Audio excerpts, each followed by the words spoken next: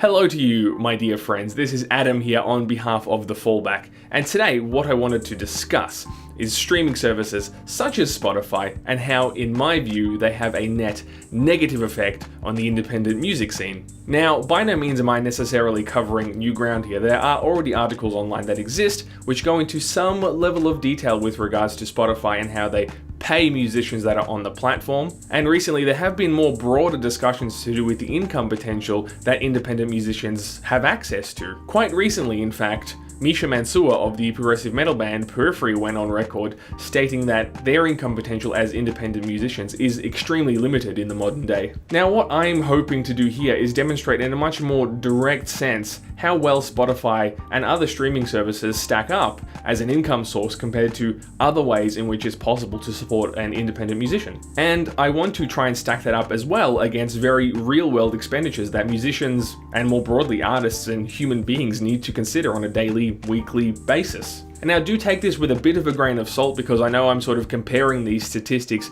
in a vacuum, but I think the issue with Spotify and some other streaming services becomes quite glaring when you directly compare these statistics. And bear in mind as well, I'm not necessarily trying to outright vilify Spotify. I know the title might come across as a little bit clickbaity. I do acknowledge some of the positives that Spotify and these platforms does offer musicians, but when you look at these numbers, I think it becomes quite glaring in terms of the potential damage it can do to the independent music scene in the long run. Okay, so now we can take a little bit of a deep dive into the numbers that I've compiled. You'll need to bear with me because there are quite a lot of numbers here. And for maximum realism, I've actually pulled these statistics from my own Spotify account. I have music on Spotify and I've calculated an average income based on that. So, here we go. So from the numbers I have pulled, Spotify on average pays me $0.00314 per stream. Another way to articulate that is that they pay 0.3 of a cent per streamed song.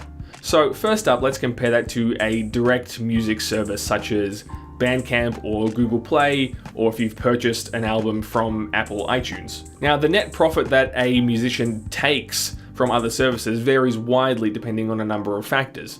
For example, Bandcamp, while a free service to sign up for, does take a 15% revenue share on some purchases that consumers make. And of course, on other services such as Google Play, Amazon, etc., it's widely varied depending on what the album is listed for and therefore the cut that the musician takes. But let's say as a very broad stroke average that the musician will receive, after all these variables, $5 from someone directly purchasing a record from them. That single direct purchase equates to approximately 1,600 Spotify streams. But now let's compare that to a few expenditures. So first off, it actually costs money to get music onto Spotify as an independent artist. As of right now, Spotify does have a Spotify for Artists feature, which is supposed to allow us to directly upload music onto the platform. However, this does seem to be for eligible artists only, and there's not much detail I can find about what that means, and the feature is currently in beta. But for years, independent artists have had to use third-party aggregate services to get their music onto Spotify and some other platforms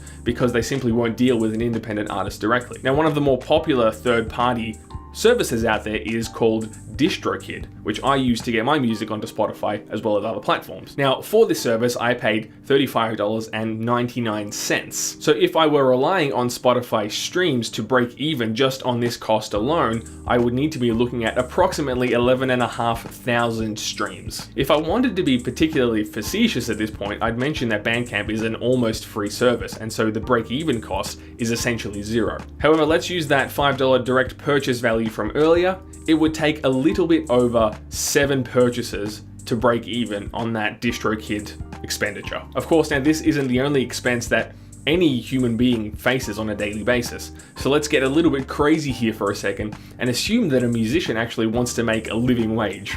But just to try and grant Spotify a little bit of favor here, I've taken the legal US minimum wage of $7.25. Now, for simplicity, let's say that the musician is working 8 hours per day, and by some miracle they were able to bash out a record in 3 8-hour days. So to make that legal minimum wage, you would need to see approximately 55,000 streams from Spotify.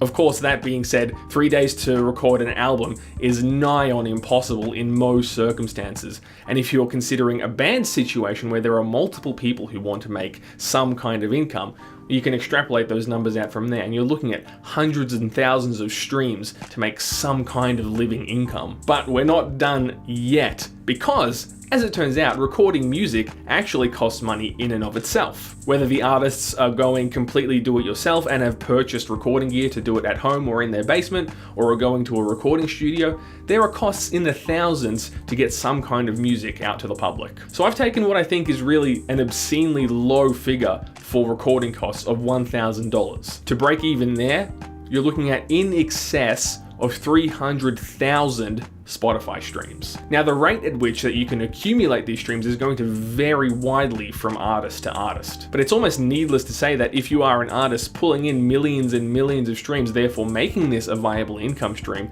you're hardly going to be reliant on Spotify as a source of income. And now, so we can round all this out, let's bounce back to the $5 direct purchase income that we were using earlier. You would be looking at just under 35 purchases to make a legal minimum wage, or 200 purchases to break even on that $1,000 recording cost. Now, one thing that you might want to throw at me at this point is that musicians and artists shouldn't be thinking about money when they are making their art. But for me, in our modern capitalist society, that just simply can't stack up. The time and effort they've put in to making that music could just as easily be invested in, say, a regular job with a much more stable income. The point that I'm trying to articulate here is if these consumer-centric streaming services are allowed to continue unchecked, I think the long-term health and well-being of the independent music scene is going to be in serious question, which ultimately means that the range of diversity that you are going to have access to as a consumer is going to be significantly diminished. Now, believe it or not, I'm not here to completely outright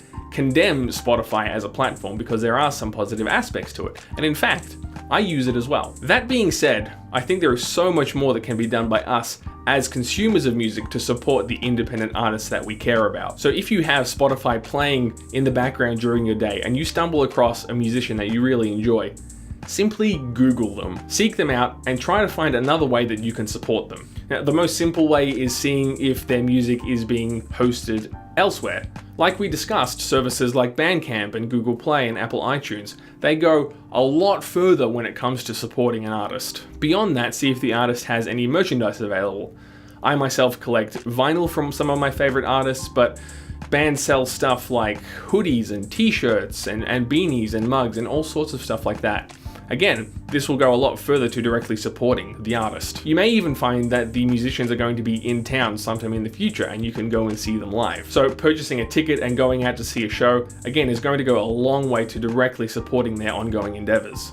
All that being said, this is just my perspective. I know there was a lot of information there, and I hope I was reasonably articulate in trying to present it to you. But of course, I want this to be an open discussion. I want to hear what you think. So jump into the comments below, share your 2 cents, and let's have an open discourse about how Spotify is affecting the music industry. Otherwise, if this was something you enjoyed, make sure to give the video a thumbs up, subscribe down below, and I hope to see you again in the next video. Have a good one.